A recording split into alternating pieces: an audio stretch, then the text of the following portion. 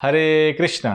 तो आज का प्रश्न है कि भक्तों के जीवन में परेशानियां क्यों आती हैं। यह प्रश्न वैसा ही है कि कोई व्यक्ति 30 दिनों तक काम करे और बोले मुझे वेतन क्यों मिल रहा है। तो यह परेशानियां वास्तविक में किसी और की दी हुई नहीं है, ये हमारी ही दी हुई है। ये हमारी कमाई हुई परेशानियां हैं। कैसे?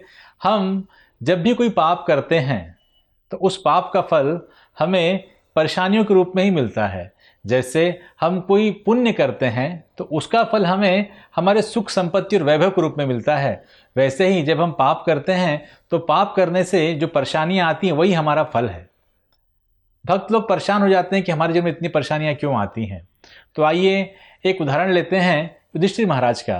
युधिष्ठिर महाराज जो धर्मराज थे और धर्म की ज्ञाता कहे जाते थे, और वो इतने सत्यवादी थे कि उनके ऊपर हर व्यक्ति विश्वास करता था। शिव ब्रह्मा आदि देवगण द्रोणाचार्य तक हर व्यक्तियों ने उन पर विश्वास किया।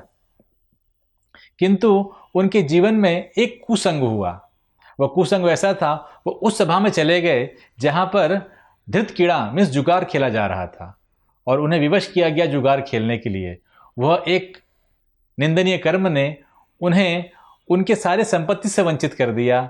अंत में उन्होंने अपने भाइयों को दांव पे लगा दिया। उसके बाद कुछ नहीं बचा तो अपनी पत्नी को भी दांव पे लगा दिया। और यह वही घटना है जो पूरे महाभारत का कारण बनी।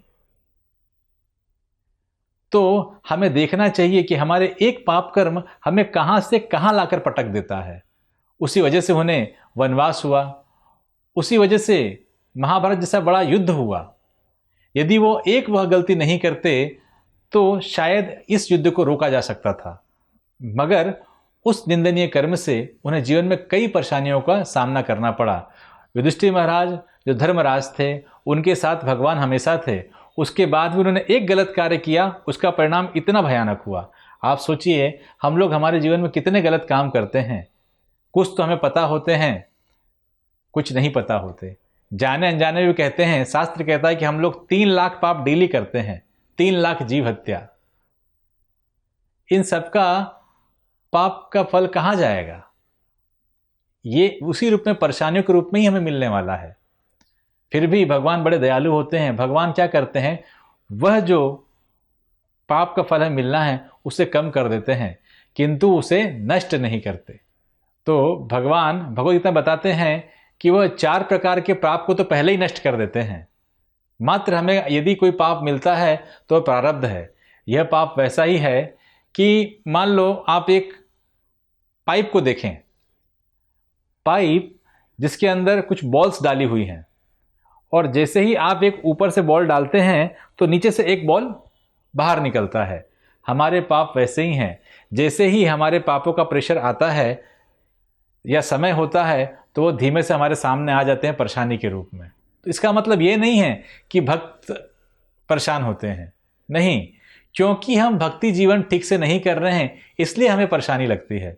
वरना ऐसी कौन सी परेशानी नहीं थी जो पांडवों के जीवन नहीं आई। फिर भी उन्होंने उस परेशानियों का डट के सामना किया और एक समय वो पूरे विश्व के राजा बने।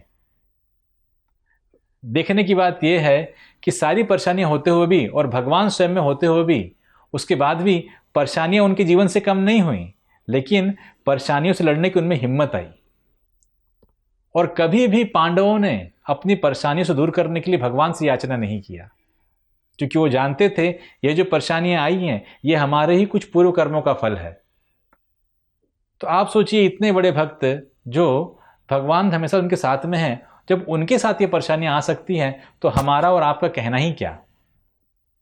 इसीलिए जो भी परेशानियां आती है उससे अपने ही पूर्व जन्मों का कर्म या पूर्व में किए गए पाप कर्मों का फल समझ करके उसे स्वीकार करना चाहिए। और हो सके तो हंसते हंसते भगवान की भक्ति करते करते आप उसे स्वीकार करेंगे तो बहुत इजीली ये जो परेशानियां ये आपसे चली जाएंगी और लगेगा जैसे एक हवा का झोंका आया और चला गया। जिस प्रकार से कोई सुख आता है ना, तो हम उस सुख को किसी के साथ शेयर नहीं करते, विशेष रूप से धन। जब हमें धन किसी भी प्रकार से प्राप्त होता है हम उसके बारे में किसी को नहीं बताते, गोपनीय रखते हैं। तो जैसे वह हमारे पुण्य कर्मों का फल था जिससे हमें कुछ सुख प्राप्त हुआ या धन प्राप्त हुआ, उसी प्रकार से जो परेशानियां आती हैं वो हमारे पाप कर्मों का फल है। तो उसे भी किसी से शेयर नहीं करना चाहिए। जैसे हम सुख चुपचाप मज़े से भोग लेते हैं, वैसे जो परेशानियाँ दुख आती हैं उसे भी हमें मज़े से भोगना चाहिए, भगवान की भक्ति करते करते।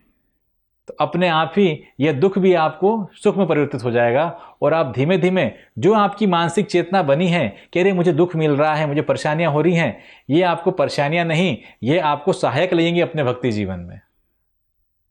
तो आपको ये परेशानियां लग रही हैं क्योंकि आपने मन से उसे परेशानियां मान के रखा है। आपको उसे मन से परेशानियां नहीं समझना है। हरे कृष्णा।